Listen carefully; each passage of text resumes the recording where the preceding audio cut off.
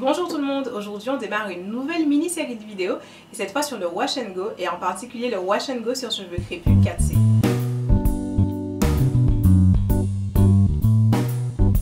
Le Wash & Go, c'est la coiffure qui consiste à porter ses boucles naturelles lâchées.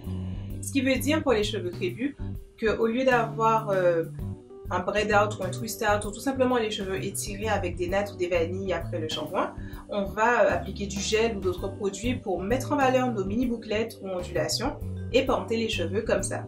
Par contre, le nom de la coiffure est très trompeur parce qu'en fait Wash & Go signifie en anglais littéralement laver et partir, mais en fait si on se lave les cheveux et qu'on sort et qu'on ne fait rien simplement comme ça, on aura très rarement des boucles. Quand les cheveux bouclés et crépus sont mouillés, et surtout s'ils sont bien lavés et bien hydratés, la texture naturelle, la bouclette se forme assez naturellement. Si vous avez les cheveux crépus, vous avez sûrement déjà remarqué que quand vos cheveux sont dégoulinants d'eau, vraiment extrêmement mouillés sous la douche, vous voyez vos mini bouclettes, ou si ce sont des ondulations, vous voyez vos petites ondulations, vous voyez votre texture. Sauf qu'en général, après avoir posé la serviette sur la tête et essoré juste un peu l'eau, c'est déjà plus du tout la même histoire. On perd immédiatement sa définition et on ne retrouve pas en fait cette jolie texture.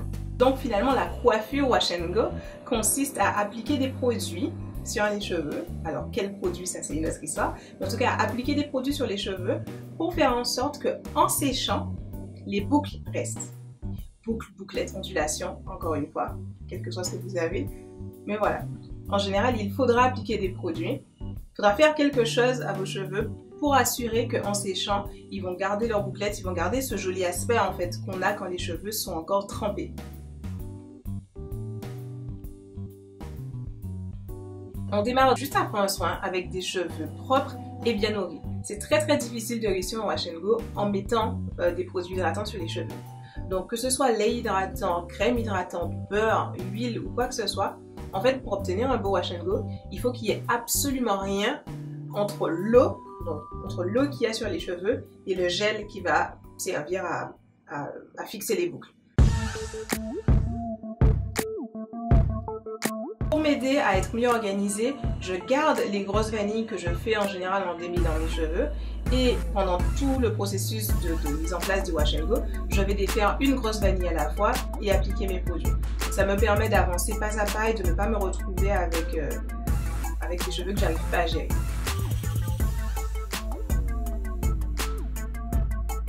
Pour définir mes boucles, je vais utiliser deux produits. Le premier, c'est le Curls Jealousy de la marque Curls, qui est très spécifiquement un produit pour ça, pour les Wash & Go, pour définir les boucles. Et ensuite, un gel beaucoup plus visqueux, un vrai gel finalement. Et là, j'utilise le gel Eco Styler à l'huile d'olive.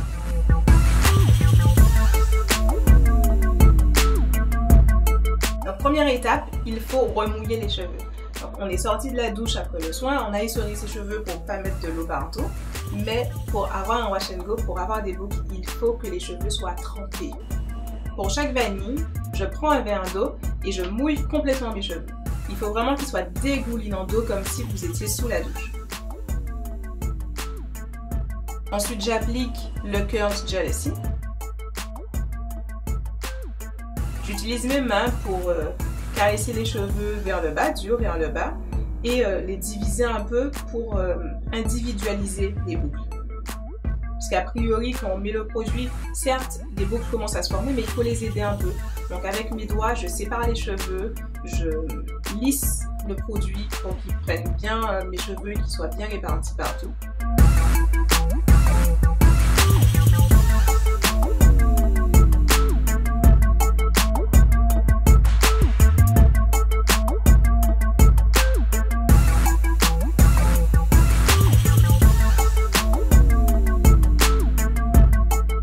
Satisfaite de l'apparence de mes boucles, là j'utilise le gel Eco Styler qui va servir en fait à fixer les boucles.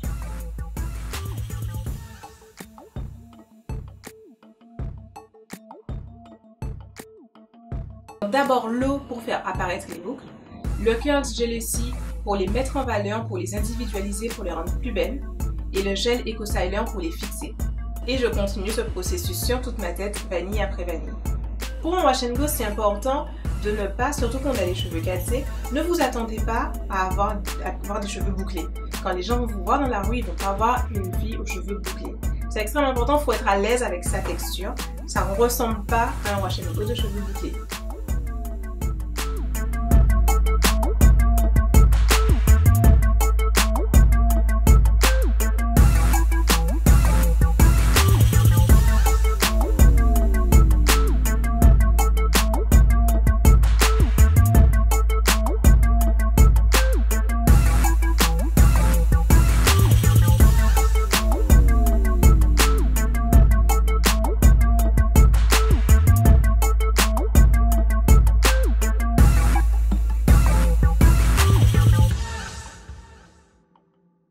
Plus les cheveux sèchent, plus ils rétrécissent. Ce qui veut dire que quand vous venez de finir votre wash and go, vous avez un étirement, une longueur qui ne sera pas du tout la même de quand les cheveux seront secs. C'est-à-dire qu'au fil de la journée, au fur et à mesure que les cheveux sèchent, ils rétrécissent. Ce qui veut dire qu'on peut vouloir que les cheveux sèchent le plus vite possible, comme ça on a une coiffure finale, fixée dès le début, et pour le reste de la journée, on n'a pas à se préoccuper de quelle tête on a à une heure donnée. Mais si vous voulez avoir le maximum d'étirement pendant le maximum de temps, alors c'est mieux de mettre plus de produits. Comme ça, les cheveux seront vraiment alourdis et ils vont sécher beaucoup plus lentement. Donc, la période où les cheveux n'auront pas énormément rétréci va durer beaucoup plus longtemps.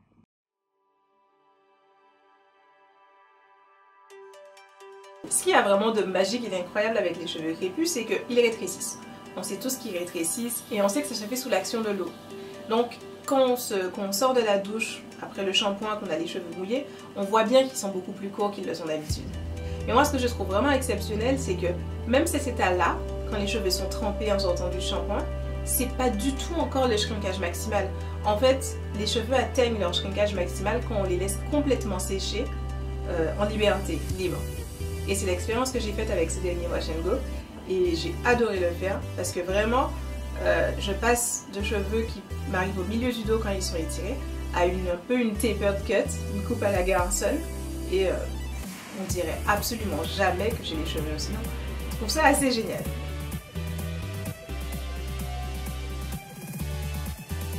C'est quand même énorme, on peut pas dire qu'on n'aime pas ses cheveux crépus rien qu'avec ce phénomène-là. Juste cette possibilité de changer de coupe de cheveux, je veux dire, c'est même pas une coiffure différente de ce stade, c'est une coupe de cheveux.